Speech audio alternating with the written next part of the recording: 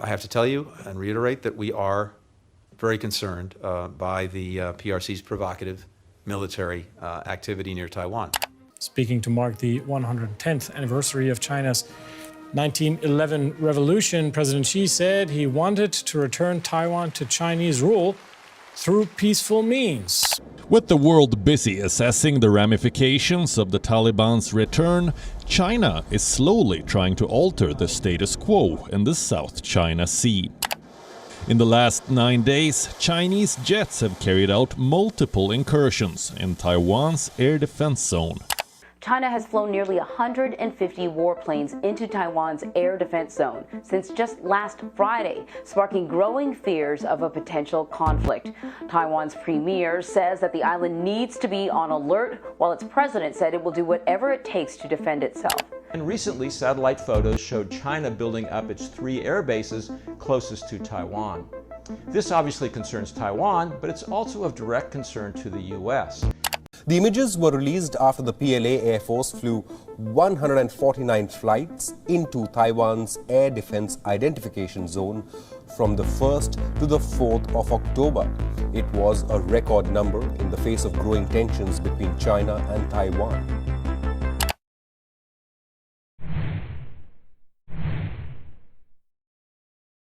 China और Taiwan Asia के continent में बसे 2 ऐसे देश जिनके बीच में टेंशन्स पिछले 50 साल से लगातार एस्केलेट हो रही हैं। लेकिन आखिर क्या रीज़न है इन दोनों देशों के बीच में इन बढ़ती टेंशन्स के पीछे? आखिर क्यों चाइना आज भी ताइवान को अपना ही एक हिस्सा मानता है? और आखिर क्यों आज के टाइम पे ये टेंशन्स पिछले 50 सालों में एक ऑल टाइम हाई पर पहुंच गई हैं? आइए जानते हैं इन सब के बारे में हम आज के इस वीडियो में। आइए देखते हैं।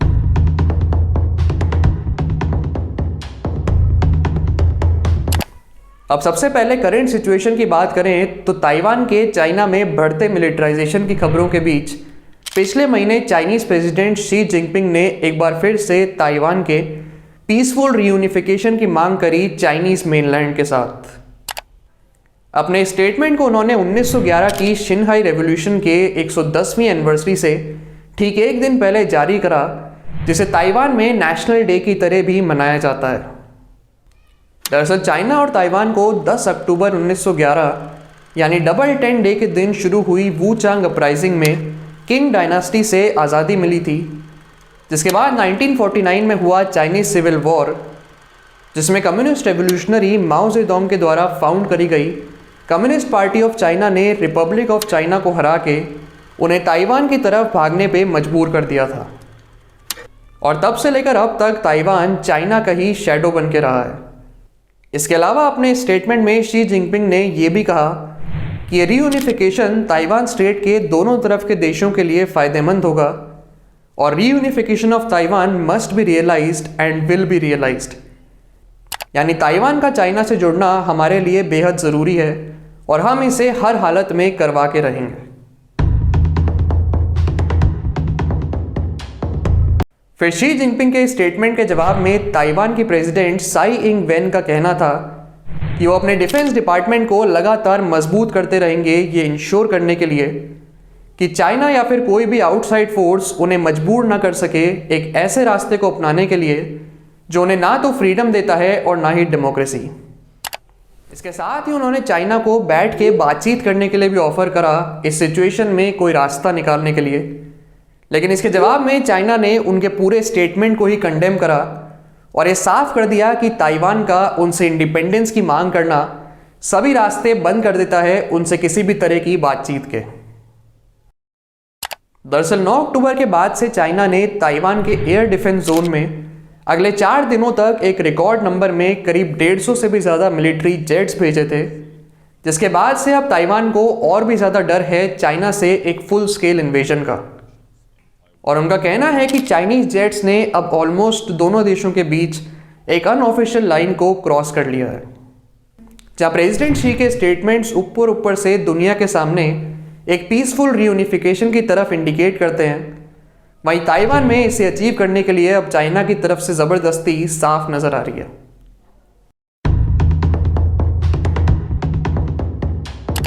यूएस प्रेसिडेंट जो बाइडेन ने भी इस पूरी सिचुएशन के रिस्पॉन्स में 12 अक्टूबर को अपने स्टेटमेंट में कहा कि उन्होंने शी जिनपिंग से बात करी है और दोनों देशों ने एक ताइवान एग्रीमेंट को फॉलो करने का डिसीजन लिया है। अब वैसे तो साइनो यूएस रिलेशंस में ये ताइवान एग्रीमेंट एक अनहर्ड टर्म है, लेकिन व्हाइट हाउस ने बाद में इस पर क्लैरिफिकेशन करते हुए बताया कि बाइडेन अपने स्टेटमेंट में 9 सितंबर को प्रेसिडेंट शी के साथ करी गई एक 90 मिनट कन्वर्सेशन को रेफर कर रहे थे। क्योंकि यहाँ पे एक नोट करने वाली चीज़ ये है कि बीजिंग और वॉशिंगटन के बीच ऑफिशियली ताइवान से रिलेटेड कोई भी एग्रीमेंट एग्जिस्ट नहीं करता और ये बस एक कम्युनिकेशन गैप ही था जिसे बाद में क्लैरिफाई कर दिया गया।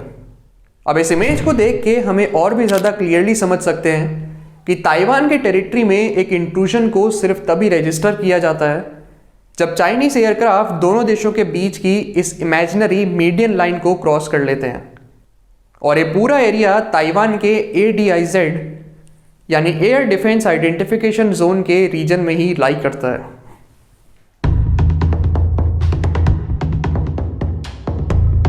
तो आइए अब इस पूरे कॉन्फ्लिक्ट की हिस्ट्री पर भी एक नज़र डालते हैं। दरअसल ताइवान चाइना के मेनलैंड से 160 किलोमीटर दूर एक सेल्फ गवर्न नेशन है जिसके 1949 में एक इंडिपेंडेंट कंट्री की तरह रिकॉग्नाइज करे जाने के बावजूद चाइना आज भी उसे अपना ही एक हिस्सा मानता है। हालांकि 1949 के चाइनीज सिविल वॉर के बाद जब माओ जेडोंग की कम्युनिस्ट पार्टी ने चाइना में पावर को सीज करा था तब ताइवान को एक इंडिपेंडेंट नेशन की तरह रिकॉग्नाइज करा गया था, लेकिन तब से लेकर आज तक ये दोनों देश एक दूसरे के साथ कांस्टेंट कॉन्फ्लिक्ट में हैं। इसके बाद 1996 में चाइना ने ताइवान के प्रेसिडेंशियल इलेक्शंस को मिसाइल टेस्ट करवा के डिसरप्ट करने की कोशिश करी थी, जिसके जवाब में फिर यूएस ने चाइना को रोकने के लिए अपने एयरक्राफ्ट कैरियर्स को डिस्पैच करा था। लेकिन इस इंसिडेंट के बाद से चाइना ने ताइवान से कभी भी इतने बड़े स्केल पे मिलिट्री थ्रेट को फेस नहीं करा है जितना कि वो आज के टाइम पे कर रहा है।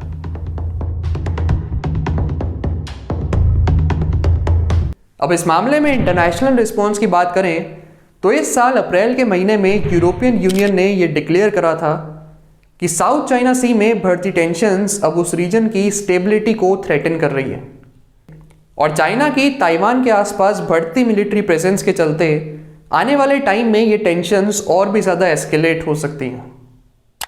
तो इस सिचुएशन में अब चाइना के अगेंस्ट इंटरनेशनल सपोर्ट को इंश्योर करने के लिए ही Taiwan USA, European Union, Japan, Australia और इंडिया जैसे देशों से अपने रिलेशंस को मजबूत कर रहा है और इसके साथ ही ग्लोबल इकोनॉमी पे अपनी इंपॉर्टेंस को भी असर्ट कर रहा है। जिसके साथ ही सितंबर के महीने में यूनाइटेड नेशंस के सेक्रेटरी जनरल एंटोनियो गुटेरेस ने भी प्रेसिडेंट बाइडेन और शी जिनपिंग से मांग करी है अपनी डिसफंक्शनल रिलेशनशिप को इम्प्रूव करने की, ये कहते हुए कि उनके देशों के बीच में ये बढ़ती टेंशन्स रिस्क करती हैं दुनिया के दो हिस्सों में बंट जाने में। उम्मीद है दोस्तों आपको आज का ये वीडियो इन्फॉर्मेटिव लगा होगा। अगर आप ऐसे ही वीडियोस आगे फ्यूचर में और देखना चाहते हैं तो इस चैनल को सब्सक्राइब करें और अपने सजेशंस को नीचे कमेंट करके ज़रूर बताएं। चलिए तो फिर मिलते हैं ऐसे ही एक और वीडियो में। बहुत बहुत धन्यवाद।